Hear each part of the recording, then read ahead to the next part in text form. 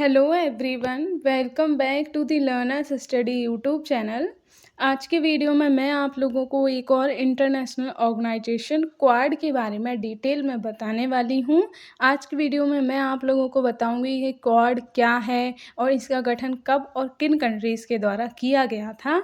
लेकिन इसके पहले अगर आप लोग मेरे वीडियो पर नए हैं तो प्लीज़ मेरे चैनल को सब्सक्राइब कीजिएगा, जिससे कि इसी तरीके के और भी इम्पोर्टेंट वीडियो आप लोगों को मिलते रहें।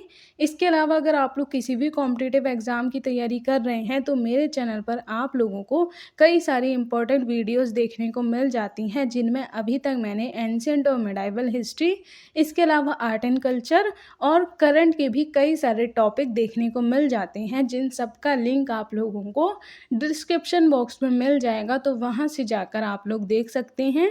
तो बने रहिए हमारे साथ for learn and study with learners study. चलिए अब हम लोग आज की वीडियो को शुरू कर लेते हैं। तो सबसे पहले हम लोग बात कर लेते हैं क्वाड के बारे में। तो सबसे पहले हम लोग इसकी फुल फॉर्म के बारे में अगर बात करें तो क्वाड जो है, इसका पूरा नाम जो है वो क्वाड्रिलेटरल सिक्योरिटी डायलॉग, यानी कि इसे हम लोग हिंदी में चतुर्भुज सुरक्षा संवाद भी कहते हैं। जैसा कि आप लोगों ने मैथ में भी पढ़ा होगा, अगर कहीं भी चार कोई भी एंगल हो, चार अगर कोने हों तो उनको क्वाड कहा जाता है और उसे हिंदी में चतुर्भुज कहा जाता है। इसे क्वाड्रिलेटरल भी कहा जाता है, क्वाड्रिलेटरल सिक्योरिटी डायलॉग। तो यही जो है वो क्वाड का शॉर्ट फॉर्म, या फिर हम लोग कह सकते हैं इसका ही शॉर्ट फॉर्म जो है वो क्वाड है। तो इस तरीके से आप लोग याद रख सकते हैं। अब हम लोग अगर बात करें कि इसकी स्थापना कब की गई थी, तो इसे 2007 में बनाया गया था, लेकिन उसके बाद इसे इतना ज़्यादा हम लोग कह सकते हैं सहयोग नहीं दिया गया, या इसके बारे में इतने ज़्यादा विचार नहीं किए गए। इसीलिए बाद में जब 2017 में इसे फिर से पुनर्स्थापित किया गया, यानी कि अगर हम लोग कहें कि इसे बनाया तो 2007 में गया था, लेकिन उसमें इतनी ज़्यादा एक्टिविटीज़ नहीं होती थी, और उसके बाद इसे अभी रिसेंटली 2017 में फिर से बनाया गया। अब हम लोग अगर इसकी मेंबर कंट्रीज़ के बारे में बात करें, यानी कि वो कौन सी 4 कंट्रीज़ हैं जिन्होंने मिलकर ये क्वाड जो ग्रुप है वो बनाया है, क्योंकि क्वाड का मतलब 4 होता है, तो इसीलिए इसमें 4 कंट्रीज़ ही देखने को मिलती हैं। तो इसमें यूएसए यानी कि United state of America, India, Japan और ऑस्ट्रेलिया, ये जो 4 कंट्रीज़ हैं, इन लोगों ने ही मिलकर क्वाड जो है इसको बनाया था। तो इन्हें आप लोग मैप पर भी देख सकते हैं। ये इंडिया है, नीचे ऑस्ट्रेलिया देख रहे हैं आप, यहाँ पर जापान है और ये यूएसए है। तो इन 4 कंट्रीज़ ने मिलकर क्वाड को बनाया था। तो इस तरीके से आप लोग देख सकते हैं, ये एक चतुर्भुज या फिर क्वाड्रिलेटरल जैसा बन गया है, इसीलिए इसे क्वाड का नाम दिया गया है। और यहाँ पर आप लोग इंडियन ओशियन देखते हैं, यहाँ पर पैसिफिक ओशियन देखते हैं। तो इंडियन ओशियन और पैसिफिक ओशियन में शांति सुरक्षा बनाए रखने के लिए इन कंट्रीज़ ने मिलकर ये जो क्वाड ग्रुप है इसे बनाया था। तो इस तरीके से आप लोग इसके बारे में याद रख सकते हैं। अब हम लोग इससे रिलेटेड कई सारी और बातें कर लेते हैं। तो ये आप देख सकते हैं, ये क्वाड कंट्रीज़ के लीडर देखने को मिल रहे हैं। इन लीडर्स ने ही मिलकर ये जो क्वाड ग्रुप है इसे बनाया था। और इसमें ये जो शिंजो एबे साहब को आप लोग देख रहे हैं, इन्होंने ही सबसे पहले इस तरीके के किसी ग्रुप का जो है वो विचार प्रस्तुत किया था। यानी कि अगर हम लोग कहें, जो शिंजो एबे हैं, इन्होंने ही क्वाड जो है इसको बनाए जाने के विचार का सबसे पहले प्रस्तुत किया था। और शिंजो एबे जो हैं वो जापान के पूर्व प्रधानमंत्री हुआ करते थे, यानी कि इससे पहले अभी जो रिसेंटली वहाँ के जो प्रधानमंत्री हैं, उनसे पहले शिंजो एबे जो हैं वो जापान के प्रधानमंत्री हुआ करते थे। तो उन्होंने ही क्वाड का विचार सब लोगों के सामने या फिर इन 4 कंट्रीज़ के सामने रखा था। तो इस तरीके से आप लोग इनके बारे में याद रख सकते हैं। अभी प्रेजेंट में जापान के प्रधानमंत्री कौन है, इसके बारे में आप लोग मुझे कमेंट बॉक्स में आंसर ज़रूर दीजिएगा। तो अब हम लोग आगे बात कर लेते हैं थोड़ा सा क्वाड की हिस्ट्री या फिर बैकग्राउंड के बारे में। तो जैसा कि मैंने अभी बताया, क्वाड की जो अवधारणा है इसे 2007 में जापान के जो पूर्व प्रधानमंत्री हैं शिंजो एबे, इनके द्वारा प्रस्तुत की गई थी। लेकिन उस टाइम जो है वो चीन के दबाव में ऑस्ट्रेलिया जो है वो पीछे हट गया था, इसीलिए इसे आगे नहीं बढ़ाया जा सका। यानी कि अगर हम लोग कहें कि 2007 में इसकी स्थापना की बात की गई थी। इसीलिए अभी मैंने आप लोगों को बताया कि इसे 2007 में स्थापना तो इसकी की गई थी, लेकिन इसमें इतना ज़्यादा हमें एक्टिविटीज़ देखने को नहीं मिल रही थी, क्योंकि इसमें जो ऑस्ट्रेलिया है वो चीन के दबाव में आ गया था और वो इस ग्रुप में शामिल होने से पीछे हटने लगा था। तो इसी वजह से अगर हम लोग कहें कि 2012 में इन लोगों ने, या फिर हम कहें शिंजो एबे जो हैं, इन्होंने हिंद महासागर से प्रशांत महासागर तक समुद्री सुरक्षा सुनिश्चित करने के लिए एक बार फिर से इन्होंने 2012 में ऑस्ट्रेलिया, भारत, जापान और अमेरिका को शामिल करते हुए डेमोक्रेटिक सिक्योरिटी डायमंड जो है ये बनाने की विचार प्रस्तुत किया था। यानी कि 2007 में इन्होंने ये विचार प्रस्तुत किया ही था, लेकिन उस टाइम जो है वो ऑस्ट्रेलिया पीछे हटने लगा था, इस वजह से वो ज़्यादा आगे नहीं बढ़ पाया था। लेकिन फिर 2012 में इन्होंने एक बार फिर से डेमोक्रेटिक सिक्योरिटी डायलॉग बनाए जाने का जो विचार है वो इन चारों कंट्रीज़ के सामने रखा था। ये भी शिंजो एबे ने ही रखा था। अगर हम लोग बात कहें, क्वाड समूह की जो दोबारा से पुनर्स्थापना की गई थी वो 2017 में की गई थी। कब की गई थी ये? जब हिंद और प्रशांत महासागर वाला जो एरिया है वहाँ पर जो बाहरी शक्ति हैं, विशेषकर इसमें चाइना, क्योंकि इस टाइम अगर हम लोग बात करें 2017 के बाद से आप लोग भी देखते होंगे कि चाइना जो है वो इंडियन ओशियन और पैसिफिक ओशियन में अपनी गतिविधियां बढ़ाना शुरू कर दिया है। यानी कि अब इसमें कुछ ज़्यादा ही चाइना की दखलंदाजी देखने को मिल रही है। कई सारी कंट्रीज़ के साथ चाइना के डिस्प्यूट भी हैं। इसके अलावा जो इंडियन ओशियन में ऑस्ट्रेलिया है उसके साथ भी चाइना अपने संबंध बढ़ाने की कोशिश कर रहा है, वहाँ पर कई सारी एक्टिविटीज़ शुरू कर रहा है। इसके अलावा यहीं से चाइना का जो बेल्ट एंड रोड इनिशिएटिव है वो भी होकर गुजरता है।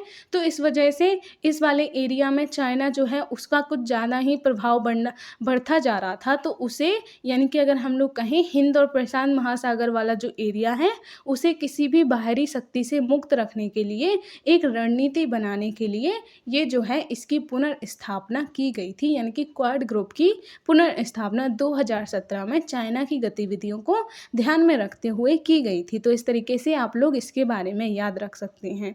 अब अगर हम लोग बात करें कि क्वाड का इंडिया के लिए क्या महत्व है, यानी कि अगर ये जो क्वाड ग्रुप है ये इंडिया के किस तरीके से फ़ायदेमंद हो सकता है, इससे इंडिया को क्या क्या फ़ायदे हो सकते हैं, अगर हम लोग इसके बारे में बात करें तो इंडियन ओशियन वाला जो एरिया है वहाँ पर इंडिया जो है वो क्वाड सदस्यों के साथ मिलकर एक नई व्यवस्था स्थापित कर सकता है।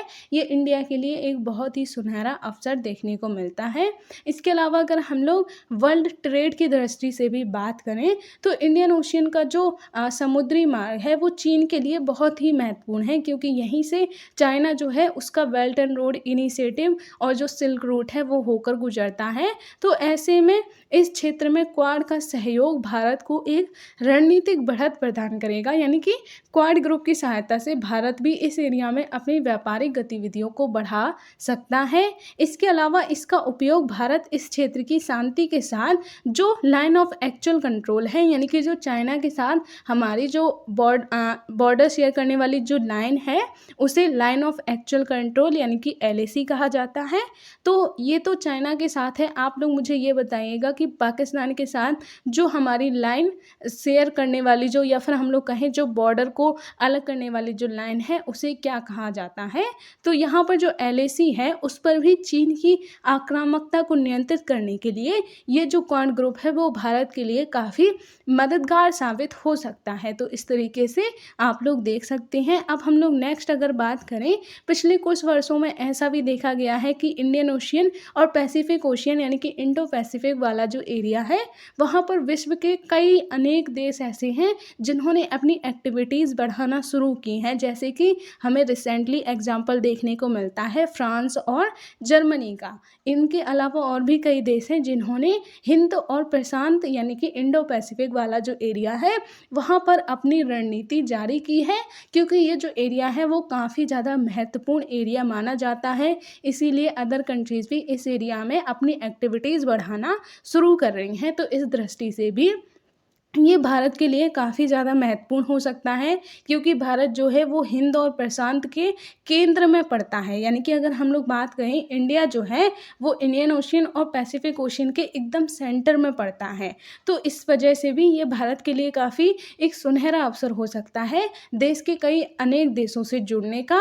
इसके अलावा जो क्वाड कंट्रीज़ हैं उनकी मदद से भी भारत इस एरिया में कई सारी एक्टिविटीज़ कर सकता है। तो अगर हम लोग बात करें कि इंडियन और जो पैसिफिक ओशियन है उसके केंद्र में रहते हुए भारत इन प्रयासों के साथ मानवीय सहायता, इसके अलावा आपदा प्रबंधन, समुद्री निगरानी और क्षेत्र के कमज़ोर देशों में अवसंरचना से जुड़ी पहलों की शुरुआत कर वैश्विक राजनीति में अपनी स्थिति मजबूत कर सकता है। यानी कि इन जो क्वाड कंट्रीज़ हैं इनके सहयोग से भारत वैश्विक राजनीति में अपनी एक अलग पहचान बना सकता है। तो इस तरीके से आप लोग देख सकते हैं कि ये जो है वो इंडिया के लिए काफ़ी ज़्यादा महत्वपूर्ण ग्रुप माना जाता है। अब अगर हम लोग बात कहें कि इतने ज़्यादा इंडिया के लिए इसमें फ़ायदे तो हैं, लेकिन क्वाड ग्रुप के लिए चुनौतियाँ क्या-क्या हैं? अगर हम लोग इसके बारे में बात करें तो इसमें एक स्पष्ट रणनीतिक दृष्टिकोण का अभाव देखने को मिलता है।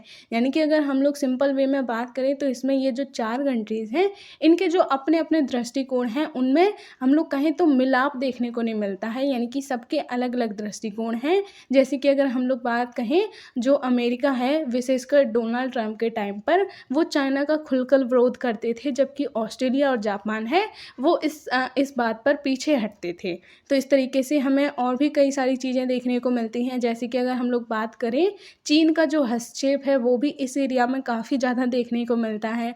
जैसा कि अभी बताया कि 2017 में चीन का हस्तक्षेप जो है वो ही इस ग्रुप को पुनर्स्थापित करने की एक महत्वपूर्ण वजह माना जाता है।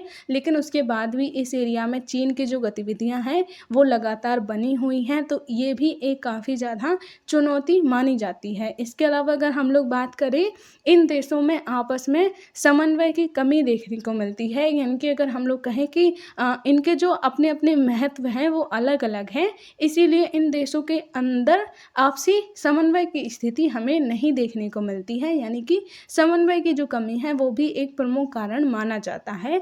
तो इस तरीके से ये कुछ चुनौतियाँ हैं जिनके बारे में आप लोग याद रख सकते हैं। तो आज की वीडियो को हम बस इतना ही रखते हैं। अगर आपको वीडियो पसंद आया हो तो प्लीज़ लाइक कीजिएगा, और जो भी क्वेश्चन मैंने पूछे हैं उनके आंसर कमेंट बॉक्स में ज़रूर दीजिएगा, और प्लीज़ ज़्यादा से ज़्यादा लोगों को शेयर कीजिए, क्योंकि जैसा कि मैंने उस शॉर्ट वीडियो में बताया था कि अगर मेरा चैनल जो है वो मोनेटाइज हो जाएगा तो मेरे चैनल पर आप लोगों को मॉडर्न हिस्ट्री भी पूरा कंप्लीट देखने को मिलेगा। तो इसीलिए ज़्यादा से ज़्यादा लोगों को शेयर कीजिएगा और बने रहिए हमारे साथ for learn and study with learners study. चलिए अब हम लोग मिलते हैं नेक्स्ट वीडियो में, तब तक के लिए जय हिंद।